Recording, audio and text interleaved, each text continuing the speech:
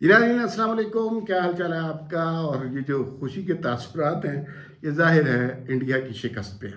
भाई देखिए, बहैसियत पाकिस्तानी हम ज़ाहिर है इंडिया के साथ तजारती ताल्लुकात भी चाहते हैं। हम चाहते हैं बराबरी की बुनियाद पर उनसे सिफारती ताल्लुकात भी कायम हो। हम ह्यूमन बीइंग के तौर पे उनका बहैसियत इंसान भारतीयों का एहतराम करते हैं। लेकिन क्रिकेट ये कोई अलग कहानी है। क्रिकेट में अगर पाकिस्तान नहीं जीता तो इंडिया को भी शिकस्त होनी चाहिए, और जब उसको शिकस्त होती है हमारे दिल मुसरत से भर जाते हैं। इसका अब क्या किया जाए। बहुत ही ज़्यादा खुशी है, और पता नहीं गाना चाहिए या नहीं गाना चाहिए। मौका मौका जो इंडियंस ने हमारे खिलाफ बनाया था, लेकिन काफ़ी इबरतनाक शिकस्त हुई है, और पाकिस्तान में काफ़ी अच्छे तरीके से इस वक्त जो है खुशियाँ मनाई जा रही हैं।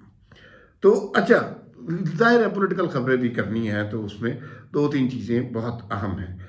एक तो मुज़ाहिर अली नकवी, वो ट्रकों वाले जज साहब नहीं थे। सुप्रीम जुडिशल काउंसिल जो है ना, वो उन्होंने उनका केस टेकअप किया हुआ है, और अब वो एक्शन में आ गए हैं। उनका भाई हम बातें शातें नहीं कर रहे, सिर्फ हम सीरियस लोग हैं, और आप ज़रा असासों का हिसाब साहब दे दें ज़रा, तो फिर देखते हैं कि क्या करते हैं आपसे। तो कल उनसे 3 बजे असासों का हिसाब लिया जाएगा। जायदादें उनकी हैं, लेकिन ये तो जायदादें विजिबल हैं। जो ट्रकों में पैसे आते हैं, ट्रक से मुराद आपको पहले ही बताया 1 अरब रुपया होता है। जो ट्रकों में पैसे आते हैं वो कोई लाहौर कराची की जायदादों में या पाकिस्तानी बैंकों में जमा कराता है। इतने भी सादे नहीं होते। तो ये काफ़ी कॉम्प्लेक्स केस होगा, लेकिन यही हजीमत काफ़ी है एक जज के लिए कि उसके असासों की छानबीन हो रही है। तो वैसे तो कोई और बंदा हो तो उसे इस मौके पर इस्तीफ़ा दे देना चाहिए, लेकिन इस्तीफ़ा किधर देंगे, वो अपनी बारी का इंतज़ार करेंगे। बहरहाल सुप्रीम जुडिशल काउंसिल इसका नतीजा ज़रूर निकालेगी, और वो जो टोले थे ना, जो बंदयाल साहब के, उनके हवाले से भी अब लोगों के दिलों में, जो जजों के दिलों में खौफ सा पैदा होता जा रहा है। एक और खबर पे बात करेंगे। मरियम औरंगज़ेब ने एक प्रेस कॉन्फ्रेंस की है, और उन्होंने कहा है कि लोग बुनियादी तौर पर नवाज शरीफ के वज़ीर आज़म बनने से डर रहे हैं, खौफज़दा हैं। बाकी बातें उन्होंने वही की हैं जो 131 दफ़ा हो चुकी हुई हैं, कोई नई बात नहीं थी। लेकिन ये बात ज़रा मुख्तलिफ तरीके से की कि जो है हम अब मुल्क में ये देखना चाह रहे हैं कि नवाज शरीफ वज़ीर आज़म बन रहे हैं, तो इसकी वजह से मुखालिफों के सीने सड़ रहे हैं। इस तरह की कुछ टोन में उन्होंने बात की। आज मैच वाले दिन और वर्ल्ड कप के फाइनल मैच वाले दिन अगर आप प्रेस कॉन्फ्रेंस करेंगे तो लोगों को नहीं पता होगा कि आप क्या कह रहे हैं, क्यों कह रहे हैं। तो खैर, वो उनकी अपनी मीडिया स्ट्रेटजी है, उस पर अब हम क्या कह सकते हैं। लेकिन एक और वाक़या हुआ जो मैंने देखा, मैं उस पर ज़्यादा बात करना चाहता हूँ। और बाकी ये जो खबरें ये भी आम हैं कि मरियम औरंगज़ेब ने क्या कहा, इंडिया की शिकस्त हो गई, मुज़ाहिर नकवी साहब का जनाब अब सुप्रीम जुडिशल काउंसिल उनकी जो है छानबीन कर रही है। सारी खबरें इंपॉर्टेंट हैं। एक छोटी सी बात, एक छोटा सा ट्वीट है, उसके बारे में बात करने को ज़्यादा दिल चाह रहा है।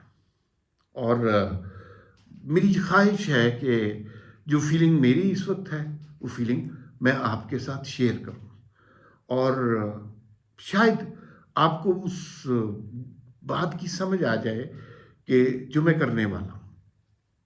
ट्विटर से एक छोटा सा वाक्य देखा। हमारे दोस्त हैं, जियो में होते हैं, वकार सत्ती साहब। वो कभी आजकल तुर्की गए, मुझे नहीं पता था, मैंने ट्वीट से देखा।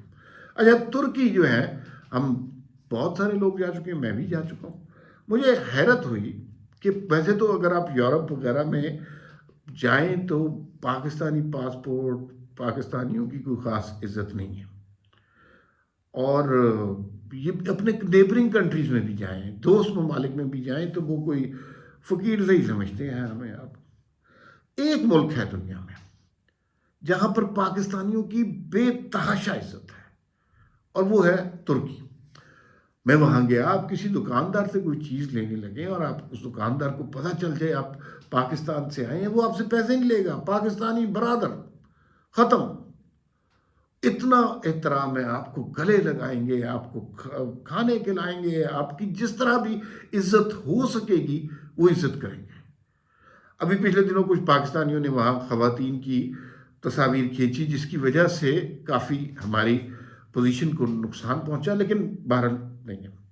تو یہ قصہ شروع ہوا، وقار ستی صاحب نے ایک ٹویٹ کی۔ اچھا، وہ گئے ہوئے ہیں ترکی، انقرہ سے، چھوٹی سی بات ہے، لیکن چھوٹی سی باتوں سے بعض اوقات آپ کو بڑے بڑے نتائج حاصل کرنے چاہیے، اور اسی سے آپ کو پتہ چلتا ہے کہ آپ کے ملک کی سیاست، اس سماج کی سوچ کی ڈائریکشن کیا ہے۔ بہت چھوٹی سی معمولی سی بات ہے، لیکن وہ سماجی رویے آپ کو بتاتے ہیں کہ آپ کس مقام پر کھڑے ہوئے ہیں، بین الاقوامی دنیا آپ کو کس طرح دیکھتی ہے، اور آپ اس خطہ پاک سے، اس سرزمین پاک کے ساتھ کیا سلوک کر رہے ہیں۔ واقعہ یہ ہے، وقار ستی صاحب انقرہ گئے، وہاں پہ انہیں ایک بڑی عجیب، ظاہر ہے دنیا کے ممالک میں جو یادگاریں ہوتی ہیں، جو پرانی عمارات ہوتی ہیں، یہ خاص جو تاریخی جگہیں ہوتی ہیں، ان کی بڑی ویلیو ہوتی ہے۔ وہاں پہ صحافی جاتے ہیں، صحافی کیا ٹورسٹ کو لے کے جاتے ہیں، اور بڑی ان کی ویلیو ہوتی ہے۔ ترکی میں انقرہ ان کا ایک شہر ہے، اس کے اندر ایک جگہ ایک یادگار تعمیر ہے، اور اس یادگار کا ترکی سے کوئی تعلق نہیں ہے۔ یہ وقار ستی نے بتایا، اور بڑی حیرت کی بات ہے کہ ترکی میں ایک بہت عالی شان یادگار بنی ہوئی ہے، اور یادگاریں تو بادشاہوں کی، شہنشاہوں کی ہوتی ہیں، لیکن اپنے ماضی کی ہوتی ہے، اس کا ترکی سے کوئی تعلق نہیں ہے، بالکل کوئی تعلق نہیں ہے۔ لیکن میں نے آپ کو بتایا کہ ترک پاکستانیوں سے بے انتہا محبت کرتے ہیں، اور پاکستانی بھی پریکوٹ کرنے کی، یعنی اس کو اس طرح ان تک اپنے جذبات پہنچانے کی کوشش کرتے ہیں حکومتی سطح پر۔ اور لیکن جو انہوں نے، وقار ستی نے چیز بتائی، وہ بڑی امیزنگ ہے۔ ترکی کے شہر انقرہ میں ایک یادگار بنائی گئی، اس یادگار کا تعلق پاکستان سے ہے۔ یہ نہیں کہ علامہ اقبال ویسے بہت مقبول ہیں ترکی میں، علامہ اقبال سے، یا کوئی مغلیہ حکومت سے، یا کسی شہنشاہ سے، یا ضیاء الحق سے، یا نواز شریف سے، یا بے نظیر سے، یا آصف زرداری سے، یا عمران خان سے کوئی تعلق نہیں، نہیں نہیں نہیں، ایسی بات نہیں ہے۔ وہ یادگار ہے